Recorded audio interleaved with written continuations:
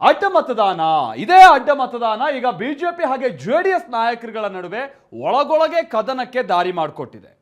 ಬಿಜೆಪಿಯವರು ನಮ್ದು ಬರೀ 4 ಅಡ್ಡ ಮತದಾನ ಅಂತ ಹೇಳ್ತಿದ್ದಾರೆ.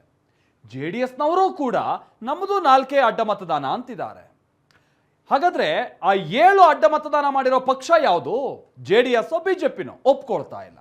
ಇದೊಂದು ರೀತಿ ನಾನವನಲ್ಲ ಅನ್ನೋ ಸ್ಥಿತಿ ನಿರ್ಮಾಣ ಆಗಿದೆ. ಹೀಗಾಗಿ ಜೆಡಿಎಸ್ ಆತ್ಮಾವಲೋಕನ ಮಾಡ್ಕೊಳ್ತಾ ಇದ್ರೆ ಬಿಜೆಪಿಯವರು ಅಡ್ಡ ಮತದಾನ ಮಾಡಿದಂಥವರ ಪತ್ತೆಗೆ ಸಮಿತಿಯನ್ನ ರಚಿಸಿಕೊಂಡಿದ್ದಾರೆ.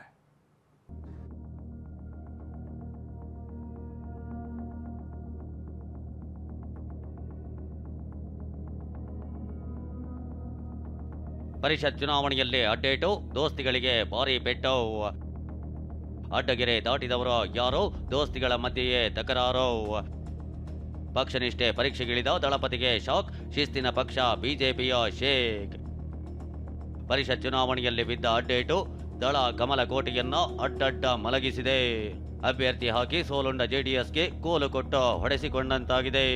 ಶಿಸ್ತಿನ ಪಕ್ಷ ಬಿಜೆಪಿಯಿಂದಲೂ ಅಡ್ಡ ಮತದಾನವಾಗಿರೋದು ಕಮಲ ಪಡೆಯಲ್ಲಿ ಕಂಪನ ಉಂಟು ಮಾಡಿದೆ.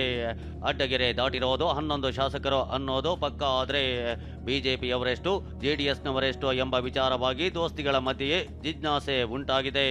ಇದೇ ಅಡ್ಡ ಮತದಾನ ಅದೆಷ್ಟರ ಮಟ್ಟಿಗೆ ಪರಿಣಾಮ ಬೀರಿದೆ ಅಂದರೆ ಬಿಜೆಪಿ ಜೆಡಿಎಸ್ ಮೈತ್ರಿಯ ಬಗ್ಗೆಯೇ ಕೆಲ ಶಾಸಕರು ಅಸಮಾಧಾನ ಹೊರಹಾಕಿದ್ದಾರಂತೆ. ಜೆಡಿಎಸ್ ಅಭ್ಯರ್ಥಿ ಗೋವಿಂದರಾಜುವನ್ನ ಇಳಿಸಿದ ವಿಚಾರವಾಗಿಯೂ ಈಗ ಪ್ರಶ್ನೆ ಎದ್ದಿದ್ದು ದೋಸ್ತಿ ನಾಯಕರ ಮಧ್ಯೆಯೇ ಕೆಸರೆರಚಾಟಕ್ಕೆ ಕಾರಣವಾಗಿದೆ.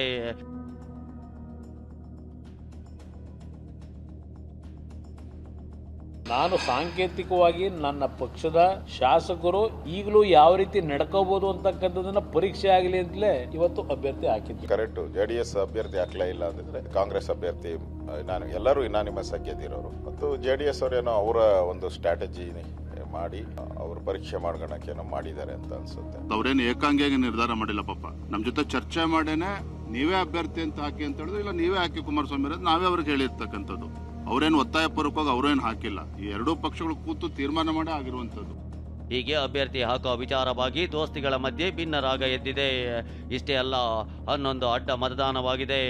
ಆದರೆ ಜೆಡಿಎಸ್ ನಮ್ಮವರು 4 ಶಾಸಕರು ಅಡ್ಡ ಮತದಾನ ಮಾಡಿದ್ದಾರೆ ಅಂತಿದ್ರೆ ಬಿಜೆಪಿ 7 ಜೆಡಿಎಸ್ ಶಾಸಕರು ಕ್ರಾಸ್ ವೋಟ್ ಮಾಡಿದ್ದಾರೆ ಅಂತಿದೆ.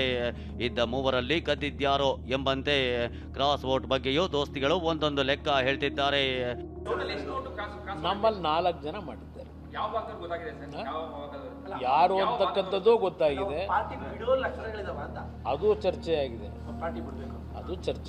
ಮತದಾನ ಆದಂತ ಸಂದರ್ಭದಲ್ಲಿ ಜೆಡಿಎಸ್ ಪಕ್ಷದಿಂದನೂ ಕೂಡ 6-7 ಅಡ್ಡ ಮತದಾನಗಳಾಗಿದ್ದಾವೆ. ಬಿಜೆಪಿ ಇಂದಲೂ ಕೂಡ 5ಕ್ಕೂ ಕನಿಷ್ಠ 4-5 ಅಡ್ಡ ಮತಗಳು ಆಗಿದ್ದಾವೆ ಅನ್ನುವ ಮಾಹಿತಿ ನಮಗೂ ಕೂಡ ಸಿಕ್ಕಿರುವಂತದ್ದು. ನಮ್ಮ ಪ್ರಕಾರ 3 ಅಥವಾ 4 ಒಂದು ಇನ್ವ್ಯಾಲಿಡ್ ಆಗಿದೆ. ಈ ಮತಗಳು ಯಾರ್ದು ಹಾಕಿದ್ದಾರೆ ಅನ್ನೋದನ್ನ ಕನ್ಫರ್ಮ್ ಆದ್ಮೇಲೆ ನಾವು ಕೇಂದ್ರದ ನಾಯಕರ ಜೊತೆನೂ ಮಾತಾಡ್ತೀರಿ. ಇದ್ದವರಲ್ಲಿ ಅಡ್ಡ ಮತದಾನ ಮಾಡಿದವರು ಯಾರೋ ಎಂಬ ಬಗ್ಗೆ ಬಿಜೆಪಿ ಜೆಡಿಎಸ್ ನಾಯಕರು ತಲೆಕೆಡಿಸಿಕೊಂಡಿದ್ದಾರೆ. ಅತಿಯಾದ ನಂಬಿಕೆ ಸೂಕ್ತವಲ್ಲ ಎನ್ನುತ್ತಲೇ ದಳಪತಿ ಆತ್ಮಾವಲೋಕನ ಸಭೆ ನಡೆಸಿದ್ದಾರೆ.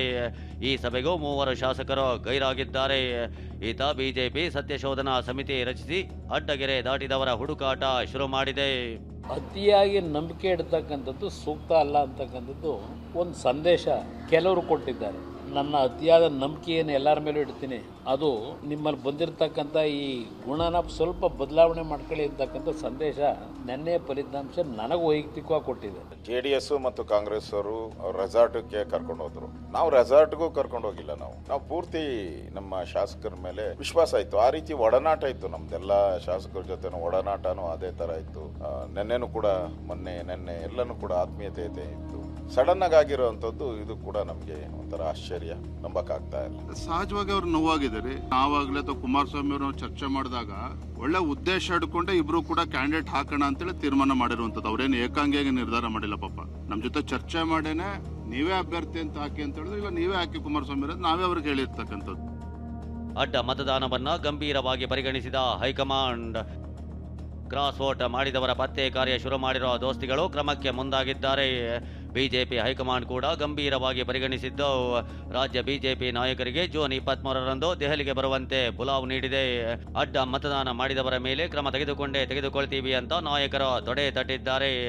ಯಾರು ಮಾಡಿದ್ದಾರೆ ದ್ರೋಹ ಅವ್ರ ಮೇಲೆ ಯಾವುದೇ ಕಾರಣಕ್ಕೂ ಕ್ಷಮಿಸೋ ಪ್ರಶ್ನೆನೇ ಇಲ್ಲ. ತಾಯಿ ದ್ರೋಹ ಬಗ್ದವ್ರನ್ನ ಬಲಿ ಯಾಕೆ ಹಾಕ್ತೀರಿ? ಯಾರು ಮೀರ್ ಸಾಧಕರುಗಳಿದ್ದಾರೆ ನಮ್ಮ ಪಾರ್ಟಿನಲ್ಲಿ ಅದನ್ನ ಪಕ್ಷ ಖಂಡಿತವಾಗಿ ಗಂಭೀರವಾಗಿ ತೆಗೆದುಕೊಳ್ತದೆ.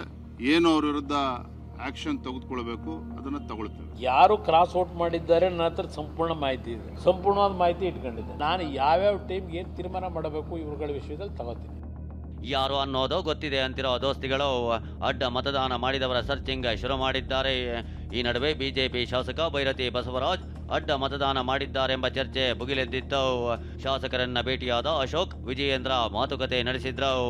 ಕಾಂಗ್ರೆಸ್ನವರೇ ಭೈರತಿ ಬಸವರಾಜ್ ಹೆಸರನ್ನ ತೇಲಿ ಬಿಟ್ಟಿದ್ದಾರೆ ಅಂತ ವಿಜಯೇಂದ್ರ ಬಾಂಬ್ ಸಿಡಿಸಿದ್ರು. ನಾನು ಕ್ರಾಸ್ ವೋಟ್ ಮಾಡಿಲ್ಲ ಅಂತ ಭೈರತಿ ಹೇಳಿದ್ರು. ಜವಾಬ್ದಾರಿಯನ್ನು ಕೊಟ್ಟಿದ್ದಾರೆ ಮತ್ತು ಗೌರವವನ್ನು ಕೊಟ್ಟಿದ್ದಾರೆ. ಆ ನಿಟ್ಟಿನಲ್ಲಿ ಇವತ್ತು ನಾನು ಅಡ್ಡ ಮತದಾನ ಮಾಡೋಂಥ ಪ್ರಶ್ನೆನೇ ಉದ್ಭವಿಸಲ್ಲ ಮತ್ತು ಯಾವುದೇ ಅಂಶಗಳಿಗೆ ಒಳಗಾಗುವಂಥ ವ್ಯಕ್ತಿ ನಾನಲ್ಲ. ನಾನು ಪಕ್ಷ ಏನು ನನಗೆ ಆದೇಶ ಕೊಟ್ಟಿತ್ತು, ನಾನು ಯಾರ ಅಭ್ಯರ್ಥಿಗೆ ಮತ ಚಲಾಯಿಸಬೇಕು ಅಂತ ಕೊಟ್ಟಿದ್ದು ಆ ಮತವನ್ನು ಪ್ರಾಮಾಣಿಕವಾಗಿ ಅವ್ರಿಗೆ ಹಾಕಿದ್ದೆ ನನ್ನ ಮಾತನ್ನು ಹೇಳಲಿಕ್ಕೆ ಬಯಸ್ತೀನಿ. ಮಾಧ್ಯಮಗಳಲ್ಲಿ ಭೈರತಿ ಬಸವರಾಜಣ್ಣ ಹೆಸರು ಸೇರಿದಂತೆ ಕೆಲವು ಹೆಸರುಗಳು ತೇಲ್ಬಿಡುವಂತ ಕೆಲಸ ನಡೀತಾ ಇದೆ. ನನಗನ್ಸ್ತದೆ ಇದು ಆಡಳಿತ ಪಕ್ಷ ಕಾಂಗ್ರೆಸ್ ಪಕ್ಷದಿಂದ ಆಗ್ತಾ ಇರ್ತಕ್ಕಂಥ ಒಂದು ವ್ಯವಸ್ಥಿತ ಒಂದು ಷಡ್ಯಂತ್ರ, ಒಂದು ಪಿತೂರಿ. ದೋಸ್ತಿಗಳಲ್ಲಾಗಿರೋ ಕಂಪನಕ್ಕೆ ಕೈಪಡೆ ಬೇರೆಯದ್ದೇ ರೀತಿಯಲ್ಲಿ ವಿಶ್ಲೇಷಣೆ ಮಾಡ್ತಿದೆ. ನಾಯಕತ್ವ ಕೊರತೆ ಎಂದಿದೆ. ನೋಡಿ, ಬಹಳ ಸ್ಪಷ್ಟವಾಗಿ ಎದ್ದು ಕಾಣೋದು ಏನಪ್ಪಾ ಅಂದ್ರೆ ಬಿಜೆಪಿ ಮತ್ತೆ JDS ಅಲ್ಲಿ ನಾಯಕತ್ವದ ಕೊರತೆ ಇದೆ. ಬಿಜೆಪಿ ಅವರಿಗೆ ಮತ್ತೆ JDS ಅವರಿಗೆ ಅವರ ನಾಯಕತ್ವದಲ್ಲಿ ನಂಬಿಕೆ ಇಲ್ಲ. ಆಂತರಿಕ ವಿಚಾರ ಅದರ ಏನು ಪ್ರಶ್ನೆ ಇಲ್ಲ. ಅವ್ರವ್ರ ಲೀಡರ್ಶಿಪ್ ಇರ್ಬೋದು ಅಥವಾ ಅಲ್ಲಿ ವೈಮನಸ್ಸು ಇರ್ಬೋದು, ಈ ಕಾರಣಗಳಿಂದ ಎರಡು ಪಕ್ಷಗಳು ಹಾಕ್ಲಿಕ್ಕೆ ಸಾಧ್ಯ ಆಗಿದೆ. ಬಂದಿದ್ದು JDS 4 ಬಂದಿದೆ, ಇಲ್ಲಿ ಸುಮಾರು 7 ಅಥವಾ ಬಂದಿರಬಹುದು. JDS CLP ನಾಯಕ ಸುರೇಶ್ ಬಾಬು, GTD ಸೇರಿ 4 ಶಾಸಕರು ಅಡ್ಡ ಮತದಾನ ಮಾಡಿದ್ದಾರೆ. ಅದ್ಯಾರು ಅಂತ ಕಾಂಗ್ರೆಸ್ ಬಹಿರಂಗ ಪಡಿಸುತ್ತೆ ಎಂದಿದ್ದಾರೆ. ಮತ್ತೊಂದು ಕಡೆ ಬೇಲೂರು ಬಿಜೆಪಿ ಶಾಸಕ HK ಸುರೇಶ್, ನಾನು ಅಡ್ಡ ಮತದಾನ ಮಾಡಿಲ್ಲ ಅಂತ ಆಣೆ ಪ್ರಮಾಣ ಮಾಡ್ತೀನಿ ಎಂದಿದ್ದಾರೆ.